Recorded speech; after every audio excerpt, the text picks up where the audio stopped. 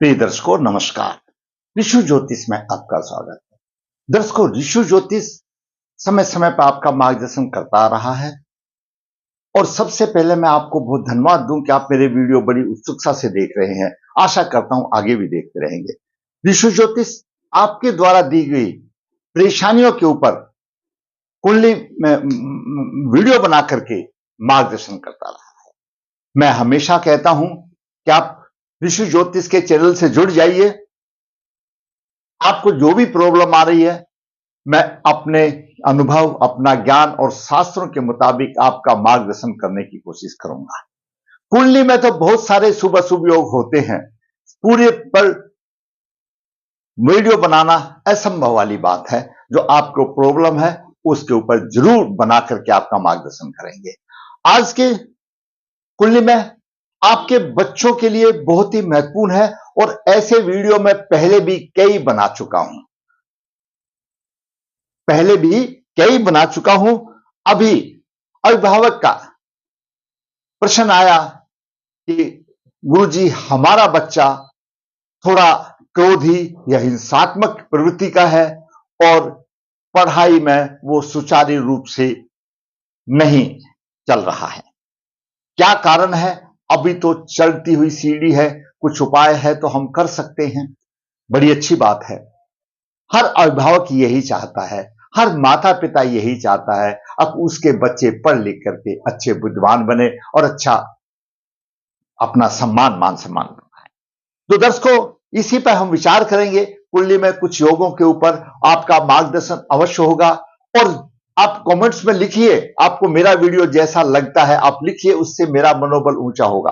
और दर्शकों, जिसने मेरा चैनल सब्सक्राइब नहीं किया है, सब्सक्राइब करें ताकि मेरा मनोबल भी ऊंचा हो और इसी प्रकार मैं वास्तविक कुंडली बना करके आपका मार्गदर्शन करता रहूं। क्योंकि मैं तो आपकी ही कुंडली का विश्लेषण करता हूं भाई, मेरे पास कहां से आएंगी। आप जुड़े रहिए अंत तक और देखिए आपका मैं किस प्रकार मार्गदर्शन करता हूं, अपने ज्ञान, अपनी बुद्धि और साथ साथ अनुभव और शास्त्रों के अनुसार। दर्शकों, यह कुंडली का 12 भाव का खाका है। हम हमेशा बताते हैं, कोई नया दर्शक मिलता है तो उसके लिए लाभप्रद है। लगन लगने स्वयं का प्रतिनिधि है।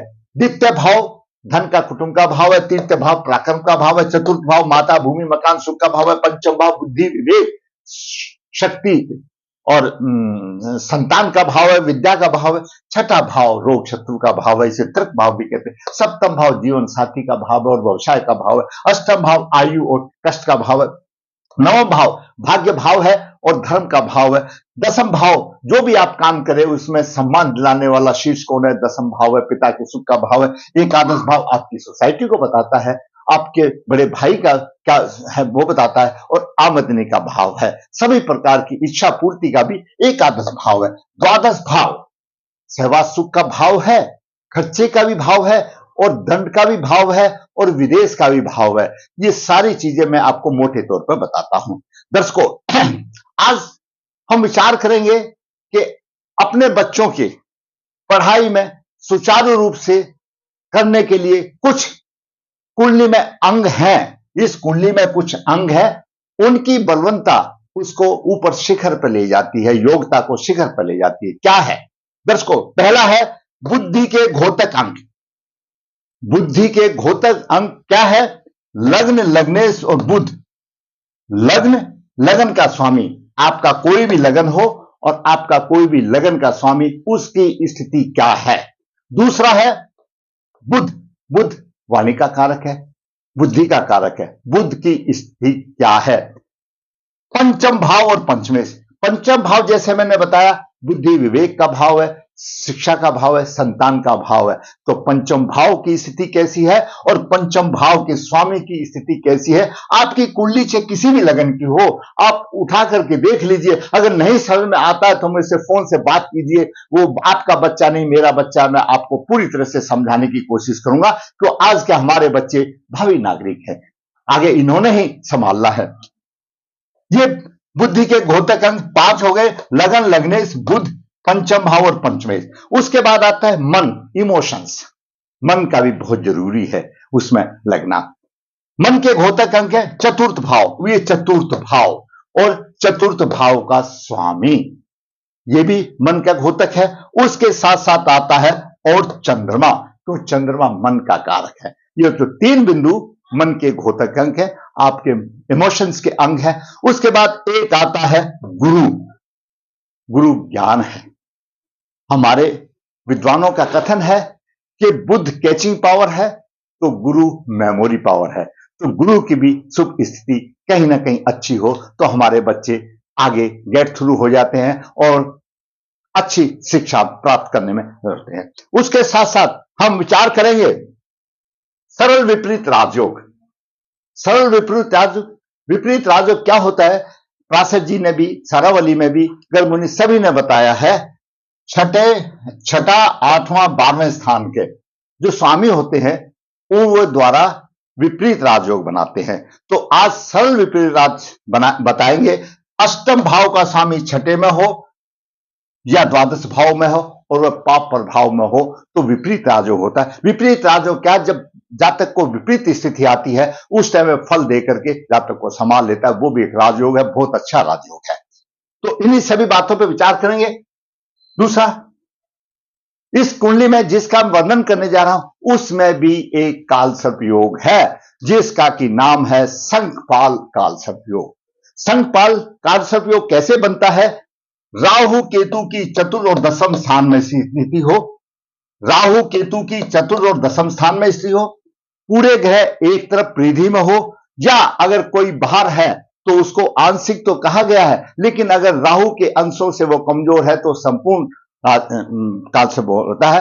हमारे विद्वानों ने ऐसा माना है कि ग्रहों की स्थिति कैसी भी होने दो, अगर केंद्र में राहु केतु है तो कालसर्प योग होगा। तो इस संबंधित कुंडली में संघपाल कालसर्प योग भी बन रहा है, तो उसका क्या प्रभाव होगा वो भी आपको बताएंगे। दर्शकों, संघपाल कालसर्प योग शिक्षा अध्ययन में परेशानी, हिंसात्मक प्रवृत्ति, सरल विपरीत राजयोग, ग्रहण योग और प्रबल पितृदोष।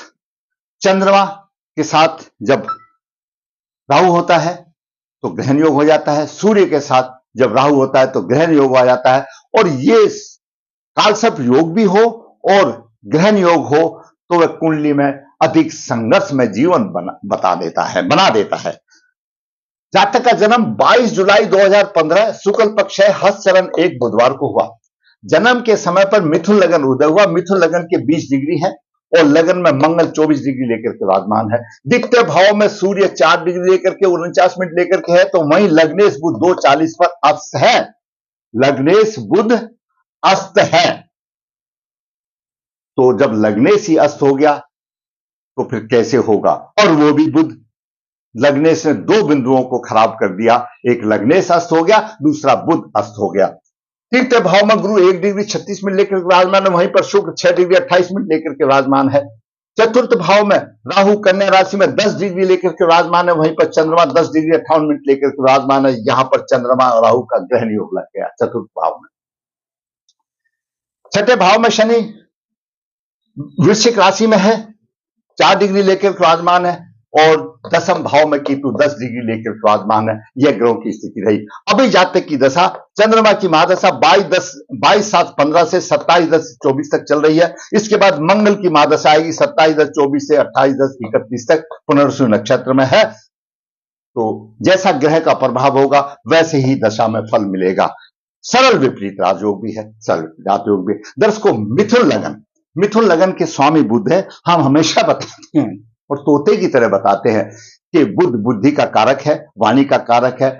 ऐसे जातक सामान्य तौर पर विद्यावशनी होते हैं और बुद्धिमान होते हैं, परंतु ग्रहों की स्थिति के आधार पर भी तो है। अगर ग्रहों की स्थिति प्रतिकूल होगी तो कैसे होगी? ऐसे जातक एक कार्य से संतुष्ट नहीं होते, कई कार्य शुरू कर देते हैं, लेकिन परिश्रम के अनुपात में उनको फल नहीं मिलता। और लग्नेश द्वितीय भाव में है, लगन का स्वामी लग्नेश द्वितीय भाव में अस्त हो गया, बुध अस्त हो गया। यहां पर लग्नेश अस्त हो गया, लग्नेश अस्त हो गया, यानी लगन अस्त हो गया और बुध भी अस्त हो गया। तो यहां पर 2 बिंदु हमारे नकारात्मक मिल गए, लग्नेश भी हो गया, बुध भी हो गया, अस्त हो गया, प्रभावहीन हो गया।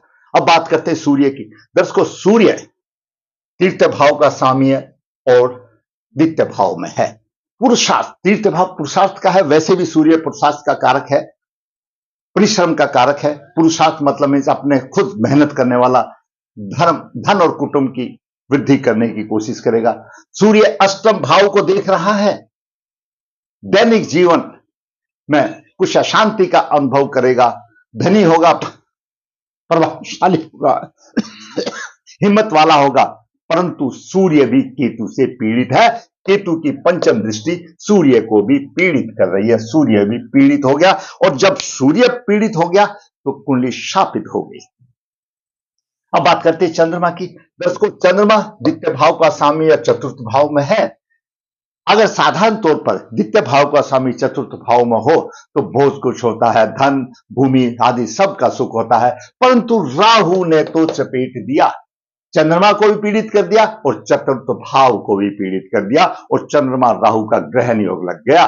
मानसिक बल कमजोर हो गया, चतुर्थ भाव भी पीड़ित हो गया और चंद्रमा भी पीड़ित हो गया। और चतुर्थ भाव में कन्या राशि है, और कन्या राशि का स्वामी बुध अस्त हो गया, यानी चतुर्थ भाव भी पीड़ित हो गया और चतुर्थ भाव का स्वामी अस्त हो गया। तो चतुर्थ भाव भी पीड़ित, चतुर्थ भाव भी पीड़ित हो गया और चतुरेश भी अस्त हो गया। ये भी नकारात्मक हो गए। और चंद्रमा मन का कारक है, ये भी पीड़ित हो गया। यानी मन के, इमोशनल के जितने भी 3 बिंदु पॉइंट थे, चतुर्थ भाव भी पीड़ित आ गया, चतुरेश चतुर्थ भाव का स्वामी बुध ऑलरेडी अस्त हो गया और चंद्रमा भी हो गया। तो ये तीनों विकेट गिर गए, चतुर्थ भाव भी गिर गया और चतुर्थ भाव का स्वामी भी गिर गया और चंद्रमा भी गिर गया। वो मन के हैं, इमोशंस के हैं, अंग है, तो कहां से होगा। अब बात करते हैं मंगल की। दर्शकों, मंगल मिथुन लगन में छठे भाव का स्वामी और एकादश का छठे से छठा प्रबल पापी माना गया है, और मिथुन लगन के स्वामी बुध है, और मंगल बुध से शत्रुता रखता है, और रोगेश का स्वामी है, और मंगल लगन में बैठ गया, और मंगल आद्रा नक्षत्र में हो गया। रोगेश का स्वामी आद्रा नक्षत्र में हो जाने से मंगल हिंसात्मक प्रवृत्ति बनाता है, क्रोधी बनाता है, नाक पर गुस्सा हमेशा रहेगा, मार दूंगा, ये कर दूंगा। यानी मंगल जैसे मंगल है, हम साधारण भाषा में बोल देते हैं कि हनुमान जी का रूप, हनुमान जी का बंदर है। वो कभी भी चुपचाप नहीं बैठ सकता, उसने शरारती करनी है, उसकी प्रवृत्ति हिंसात्मक हो जाती है, तोड़फोड़ करनी है। और ऐसे आदमी सोचते हैं कि मैं अपने बल से, अपने परिश्रम से, अपने उससे मैं क्या कुछ कर दूंगा, सब कुछ बदलने की कोशिश करता है और अपराध की श्रेणी में भी आ जाता है। विचार करने की उसमें शक्ति नहीं होती, बस वो जोर को समझता है, बलवान समझता है। मंगल यहां पर आद्रा नक्षत्र को पीड़ित कर रहा है। नजला, खांसी, जुकाम, कफ विकार, सिर में चक्कर, गला कान में कष्ट, नेत्रों में रोग आदि, बाहुओं में, क्योंकि कन्या राशि मिथुन राशि भी है तो बाजुओं में पीड़ा, और श्वास आदि, दमा आदि की भी शिकायत, गले से संबंधित भी शिकायत जब अशुभ दशा आएगी तो बन सकती है। तो मंगल चतुर्दृष्टि से है, चतुर्थ भाव को देख रहा है, घरेलू सुखों की हानि कर रहा है। सप्तम दृष्टि से यहां पर जीवन साथी के भाव में देख रहा है, छठे भाव का स्वामी है, यहां पर भी परेशानी हो रहा है, जीवन साथी से मधुरता नहीं रहेगी, परंतु रोग भरपूर हो जाएंगे। और अष्टम दृष्टि से यहां पर उच्च दृष्टि से देख रहा है, आयु तो बहुत लंबी होगी, बहुत दिन तक जीवेगा हिंसात्मक प्रवृत्ति लेकर के। अब बात करते हैं गुरु की। दर्शकों, गुरु 2 केंद्रों का स्वामी है। पहली बात, कुंडली में गुरु केंद्राधिपति दोषी होता है तो उसका दोष भंग हो रहा है कि गुरु शुक्र के साथ बैठा हुआ, शुक्र त्रिकोणेश है, केंद्राधिपति दोष भंग हो रहा है। भाई बहन का सुख मिलता है, मित्र राशि में है, सुंदर सुशिक्षित और जीवन साथी मिलता है, क्योंकि गुरु की पंचम दृष्टि अपनी राशि को देख रही है। ऐसे जातक को सुंदर और सुशिक्षित जीवन साथी मिलता है। भाग्य और धर्म में, ऐसा जातक भाग्य और धर्म में थोड़ा सा असंतोष मिलता है, क्योंकि कुंभ राशि को देख रहा है।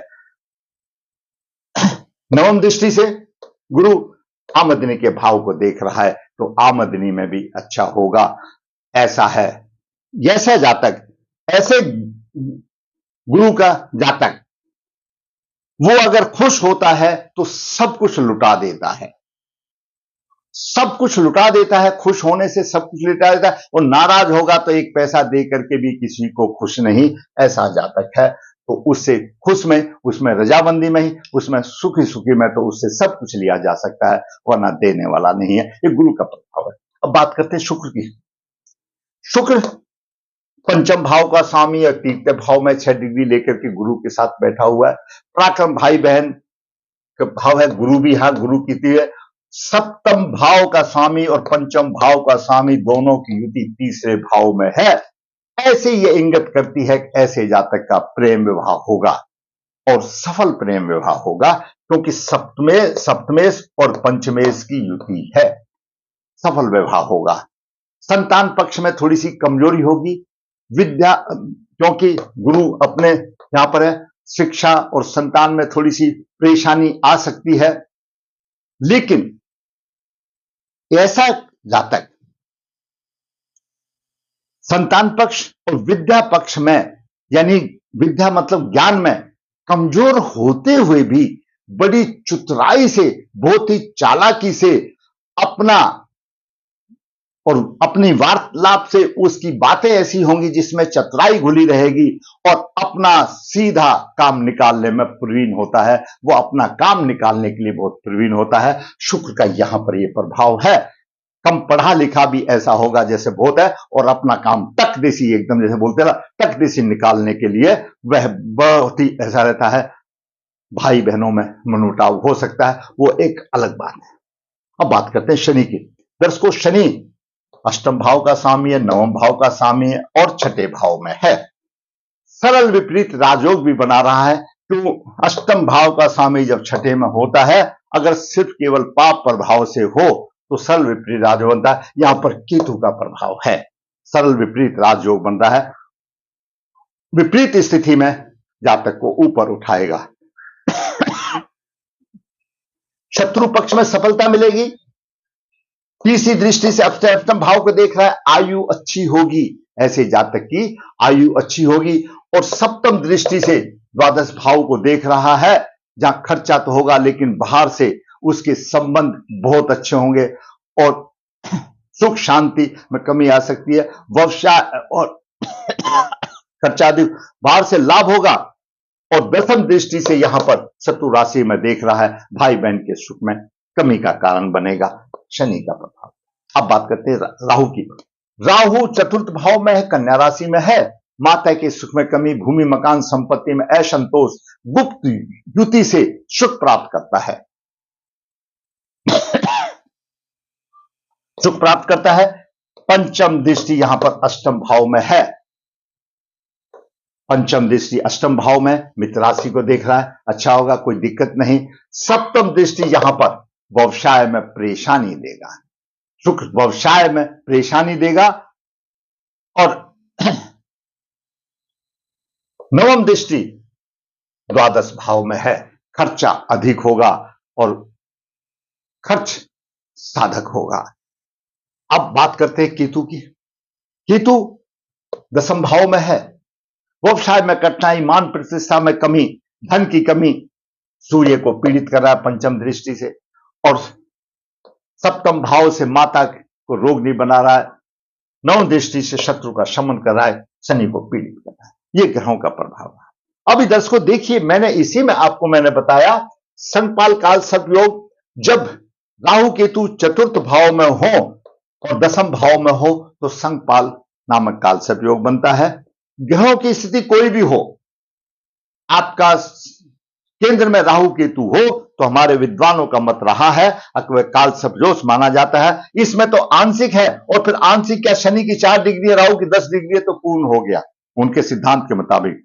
संगपाल योग नामक काल सर्पयोग में माता, भूमि, मकान, नौकर चाकर आदि से परेशानी, पिता या जीवन साथी के पक्ष में कष्ट होगा, विद्या अध्ययन में, व्यवसाय में परेशानी, दिमागी परेशानी, तनाव, विश्वासघात और सुख प्राप्ति में बाधा और संघर्ष की स्थिति आती है।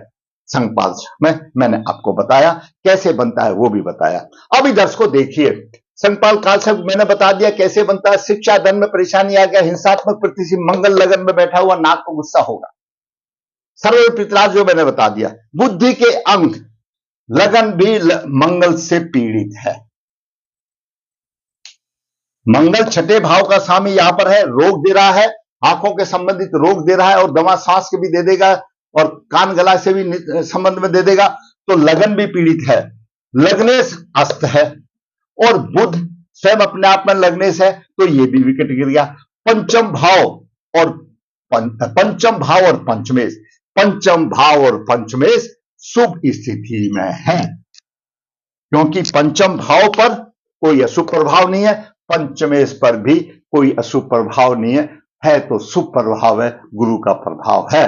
तो दो बिंदु पंचम और पंचमेश दोनों विकेट बराबर हैं, दोनों टीम के कैप्टन हैं, ये बराबर हैं, बहुत ही शुभ फल देने वाले हैं और नवग्रह में सबसे ज्यादा शुभ फल ये दोनों ही देने वाले हैं। अब मन इमोशंस के घोतक चतुर्थ भाव भी पीड़ित है, राहु के यहां आ गया, चतुरेश स्वयं बुध है, अस्त हो गया और चंद्रमा भी पीड़ित हो गया, ये तीनों विकेट गिर गए। उसके बाद आता है गुरु। गुरु ज्ञान का भंडार है, मेमोरी पावर है। अब जातक की कुंडली में मैंने अपने अंगों को इस तरह से निकाला, 5, 6, 7, 8, 9 अंग ये निकले, 9 बुद्धि के घोतक अंक निकले और इमोशंस वाले लगा करके 9 निकले। उसमें से 3 अंग विद्वान है, पंचम भाव पंचमेश सुख, पंचम भाव पंचमेश सुख और गुरु, इन्हीं के ऊपर गाड़ी चल रही है। परंतु सबसे महत्व इंपोर्टेंट लगन और लग्नेश है। जब लगन और लग्नेश इस तरह के हैं तो ये भी कुछ नहीं कर पाएंगे। लगन और लग्नेश का बलवान होना कुंडली में अति आवश्यक है। काल सब दोष है मैंने बता दिया, चंद्रमा राहु का ग्रहण योग है ये मैंने बता दिया, तो कुंडली शापित है। लगन और लग्नेश का बलवान होना अति आवश्यक है, ये मैंने आपको प्रभाव बताया। अब उपाय की बात करते हैं। दर्शकों, कुंडली शापित है, शापित योग निवारण करना चाहिए। राहु और चंद्रमा का ग्रहण योग है, शांति करानी चाहिए। केतु और सूर्य की शांति करानी चाहिए, शनि और शनि केतु की शांति करानी चाहिए। उसके बाद सब करने के बाद जातक को बुध का रत्न गले में धारण करना चाहिए, क्योंकि लगन के उदय अंश 20 अंश हैं और बुध 2 डिग्री पर है, सूर्य भी 4 डिग्री पर है, मंगल बलवान है। उदय अंश में मंगल के 24 अंश है, मंगल पूर्ण रूप से प्रभावी है। बाकी ये 10, 10, 6, 8 उनके अंतर में ज्यादा है। मैं हमेशा पहले भी बताया है, जो ग्रह लगन के उदय अंश होंगे उसके नजदीक में उसके अंश होंगे तो वह ग्रह प्रकाशमान होगा। ज्यादा अंतर होगा 12, 13 से ज्यादा तो वैसे ही फल में कमी होती जाएगी। उदय अंश 20 है, लग्नेश के 2 ही 40 रह गए, कोई फायदा नहीं। सूर्य के 4 40 रह गए, कोई फायदा नहीं। गुरु के 1 36 रह गया, कोई फायदा नहीं। शुक्र का 6 28 रह गया, कोई फायदा नहीं। 14 सा थोड़ा बहुत मान लिया, समझा। मंगल सबसे बलवान है और मंगल मिथुन लगन के लिए प्रबल पापी है और लगन में बैठ गया। बुद्धि को भ्रष्ट करने वाला, हिंसात्मक प्रवृत्ति करने वाला, नाक पर हमेशा गुस्सा रहने वाला, किसी की नहीं सुनने वाला, पढ़ेगा कहां से, दिमाग कहां से चलेगा, किसी तरह से कह लो। ये है जातक का अभी बचपन है, थोड़े से दिन के बाद समस्याएं आ जाएंगी। उससे पहले उपाय करके जातक को बुध का रत्न अवश्य धारण करे और मैं कहता हूं अवश्य फायदा होगा और जरूर फायदा होगा। दर्शकों, मैंने आज आपको एक होनहार बालक है जिसके कि माता पिता कहते हैं कि माता पिता तो खर्च कर सकते हैं, आजकल की शिक्षा पर कितना खर्च कर सकता है, और उनकी कुछ उम्मीदें होती हैं कि हमारा बच्चा कुछ पढ़ेगा, लास्ट में कह देते हैं कि तो कुछ नहीं पढ़ना, और तोड़ फोड़ करने वाला, ये करने वाला। क्यों? जैसे हम अपने घर परिवार में भी कोई ऐसा शरारती बच्चा होते तो बोल देते तो बंदर है, कभी उछल के उधर जाता कभी उधर जाता। वो हालत इसकी है। मतलब उसकी जो प्रवृत्ति है हिंसक प्रवृत्ति है। दर्शकों, मैंने हमारे होनहार बच्चे का मैंने शिक्षा के संबंधी मैंने पहले भी ऐसे आपको 2-3 में बचा चुका हूं, फिर भी सोचा कि मैं बस मेरे पास तो जो कुंडली आएगी मैं उसका जो उसमें परेशानी आ रही है उससे लेकर के आपका विश्लेषण करूंगा। जिसने पहले देखा पुनरावृत्ति हो जाएगी, नहीं देखा और देखा है तो पुनरावृत्ति हो जाएगी, नहीं देखा है तो बेचारा पहली बार देख लेगा। अपने बच्चों की कुंडली आपको परेशानी आती है तो आप मेरे से बात कर सकते हैं।